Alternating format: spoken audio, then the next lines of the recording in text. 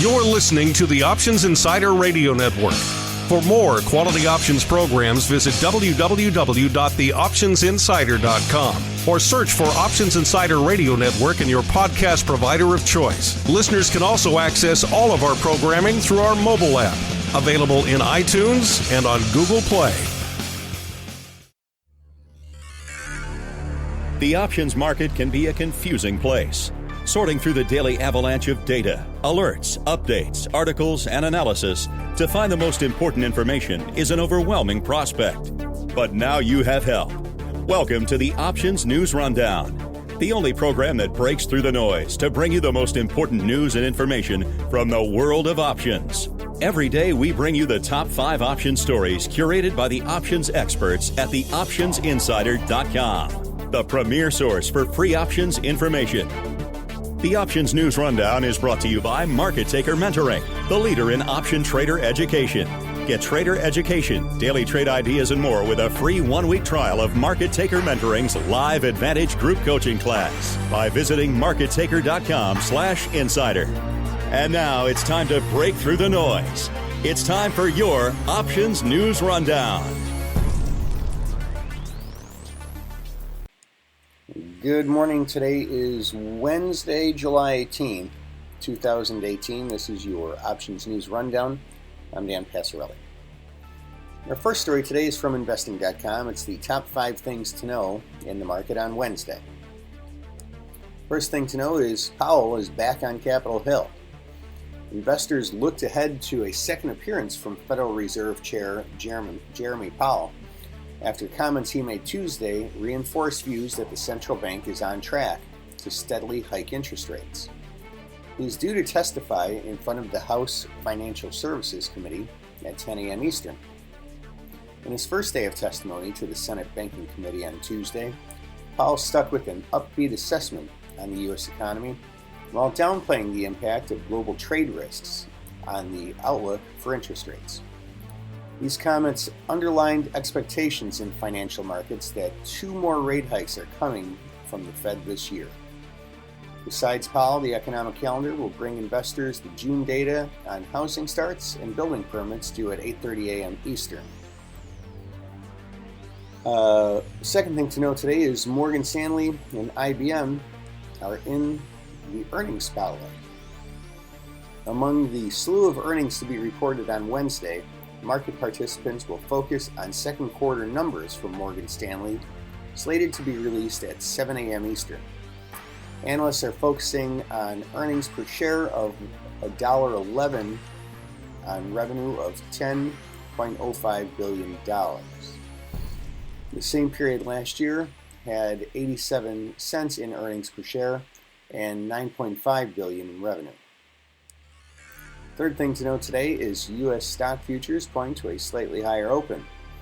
U.S. stock futures pointed to a slightly higher open as investors looked ahead to the latest batch of corporate results and more remarks by Fed Chair Jeremy Powell.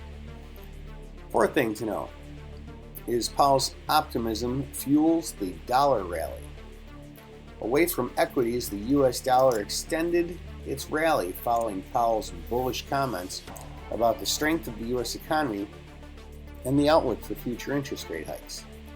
The dollar index was 0.3% higher at 95, just below its 12-month high of 95.25, hit in late June. And the fifth thing to note today is oil prices are under pressure ahead of U.S. inventory data. The U.S. Energy Information Administration will release its official weekly oil supplies report for the week ended July 13th at 10:30 a.m. Eastern. That's amid forecasts for an oil stock drop of 3.6 million barrels.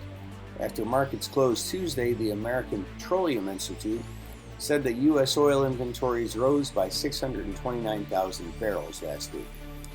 U.S. West Texas Intermediate WTI crude was down 50 cents or 0.7% at nearly a 1-month low of 66.67 a barrel. Brent crude futures were down 60 cents or 0.8% at 71.57 a barrel after earlier touching a 3-month low of 71.23. Our second story today is from investing.com. Copper prices are about to go on steroids, Citi says. Copper's slump amid a deepening global trade conflict offers a long-term buying opportunity, according to Citigroup, which shrugged off fears for world growth to boost its long-term forecasts. Prepare for a decade of Dr. Copper on steroids, analysts including Max Layton and Tracy Lau wrote in a July 17th note. The bank sees average annual prices at $8,000 a metric ton in 2022, passing $9,000 a ton by 2028, under its baseline scenario. The metal, often viewed as a barometer of world economic health, closed Tuesday at $6,152 a ton in London.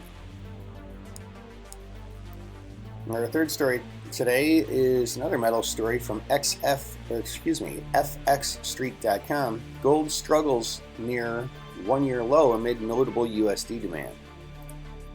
Gold continued losing ground through the European trade session on Wednesday and is currently placed at one-year lows around the 1222.23 region. Fed Chair Jeremy Powell's upbeat comments on the U.S. economic outlook triggered a fresh leg of bullish move for the greenback.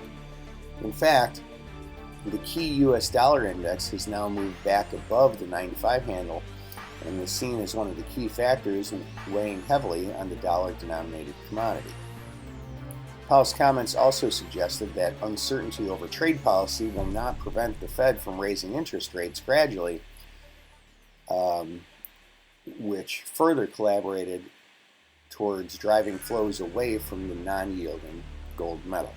Meanwhile, the prevalent positive trading sentiment around the European equity markets also did little to lend any support to the precious metal safe haven appeal and stall the ongoing fall to its lowest level since July 14th of 2017. The final story today is from CNBC.com. U.S. housing starts plunged 12% in June to a 9-month low. U.S. home building fell to a 9-month low in June, and permits declined for a third straight month, dealing a blow to the housing market as it struggles with an acute shortage of properties available for sale.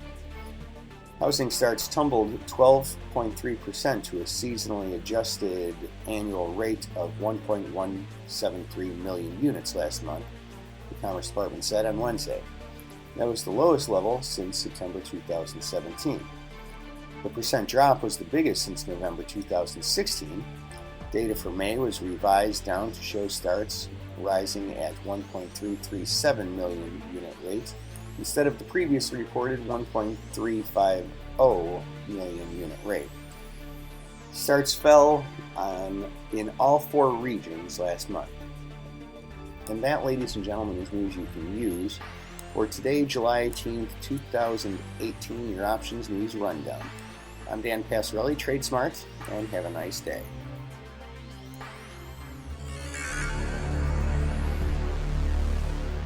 Thank you for listening to the Options News Rundown. To learn more about these stories or any other developments from the world of options, visit www.theoptionsinsider.com, the premier source for free options information. The Options News Rundown is brought to you by Market Taker Mentoring, the leader in option trader education. Get trader education, daily trade ideas, and more with a free 1-week trial of Market Taker Mentoring's live Advantage group coaching class by visiting markettaker.com/insider.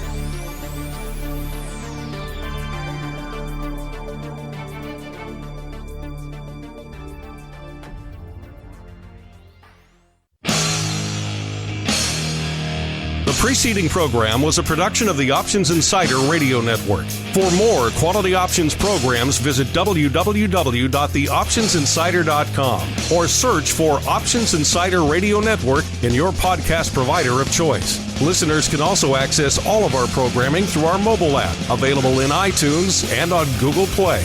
Don't forget to follow along with your favorite programs and submit your own questions for the hosts at twitter.com/options, facebook.com/theoptionsinsider, or via questions at theoptionsinsider.com.